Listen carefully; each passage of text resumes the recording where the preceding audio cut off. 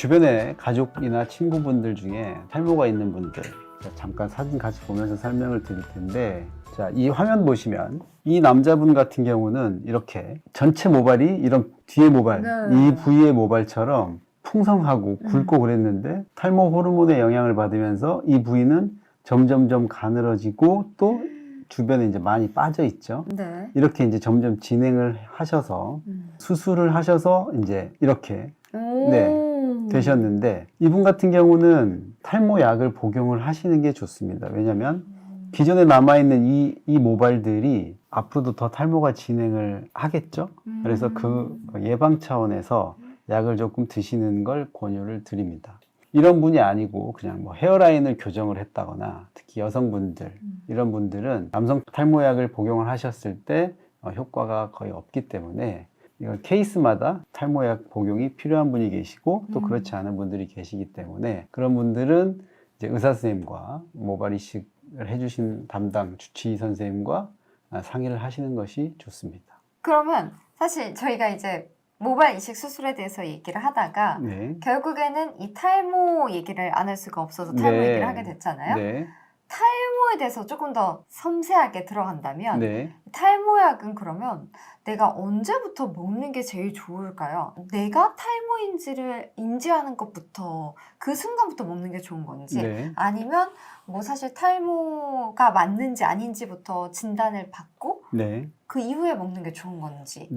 많은 분들이 내가 탈모인가? 라는 궁금증을 갖고 계신 분이 아주 많아요. 그 고민이 어디서부터 시작되냐면, 샴푸를 하고 샤워를 하고 나면 너무 공감돼요. 바닥에 너무 머리카락이 많이 빠져 있어요. 그 다음에 이제 드라이기로 머리 말리고 나면 방바닥에 머리카락이 너무 많이 빠져요 라고 하는 분들이 많으시거든요. 근데 사실 육안적으로 보이는 빠진 머리카락 개수도 물론 중요하지만, 전체적으로 내 모발의 틀이 볼륨감이 유지되는 것이 훨씬 더 중요하거든요. 그래서 우리가 보통 하루에 100개 정도까지는 정상적인 범주라고 보셔도 됩니다. 머리카락이라는 나무가 한번 자라기 시작하면 보통 한 6년에서 7년을 계속 자라요. 저희가 미용실 가서 이제 커트를 하면 또 자라고 또 자라고, 6, 7년이 지나면 이 머리가 자연스럽게 한번 빠집니다. 그리고 이제 두피 안에는 머리 뿌리는 살아있는 상태에서 몇 달 정도, 3개월에서 6개월 정도를 얘가 쉬었다가 다시 자라나는, 그리고 또 자라나면 6년에서 7년을 자라는, 일생 동안 이런 사이클을 거치게 돼요.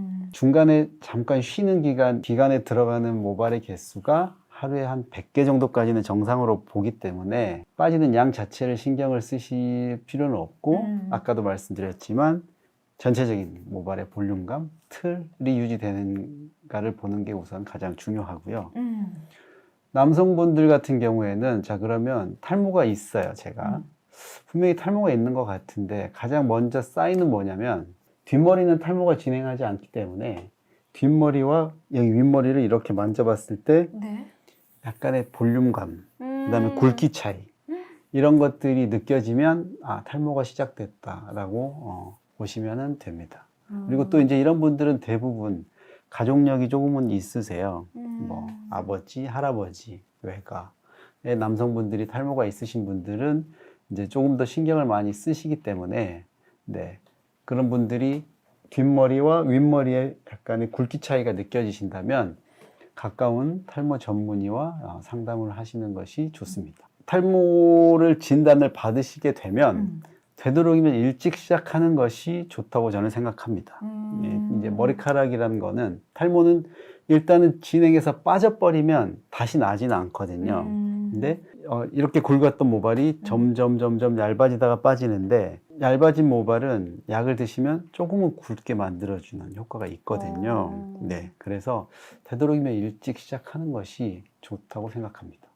근데 원장님, 다들 아시다시피 탈모약의 부작용에 대해서 많은 분들이 더 걱정하시는 것도 꽤 크잖아요? 보통 남성분들의 걱정이 있다고 들었는데 이 탈모약의 부작용은 그럼 어떻게 해야 될까요? 탈모약 부작용 있을 수 있습니다. 많은 분들이 말씀하시죠. 이제 그 기전 자체가 간단히 설명을 드리면, 남성 호르몬의 수치를 조금 떨어뜨리는 그런 효과가 있어요. 남성 호르몬이 우리 사람 몸에서 파워, 열정, 뭐 이런 약간 이런 것과의 연관이 있습니다. 그래서 그 수치가 좀 떨어지기 때문에 기운이 없다, 무기력하다, 약간 피곤하다 이런 걸 호소하는 분 많이 계시고요. 그리고 또 약간 성욕이 좀 떨어졌다.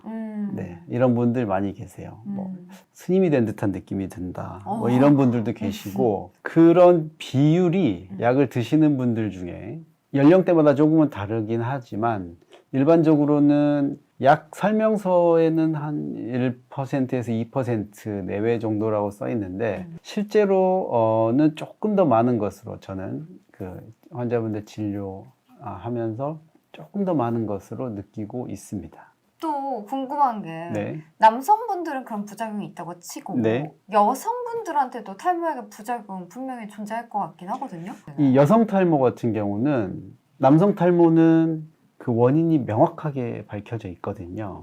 뭔가요? 유전적인 건가요? 네, 그렇죠. 이제 유전적으로 남성 호르몬의 대사에 관여하는 어떤 효소가 탈모를 유발하는 것으로 밝혀져 있습니다. 그래서 이제 이 효소를 차단하는 약을 드시는 거거든요. 여성 탈모의 경우에는 그 원인이 이렇게 명백하게 밝혀져 있지가 않아요.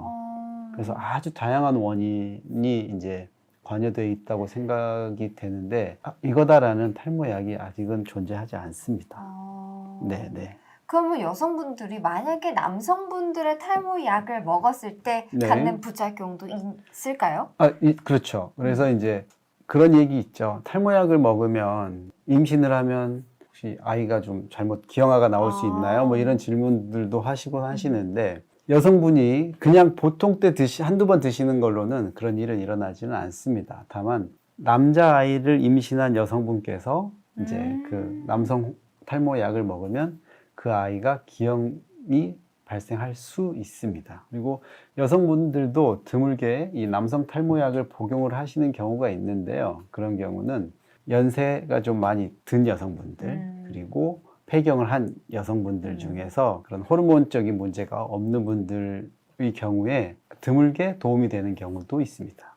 네.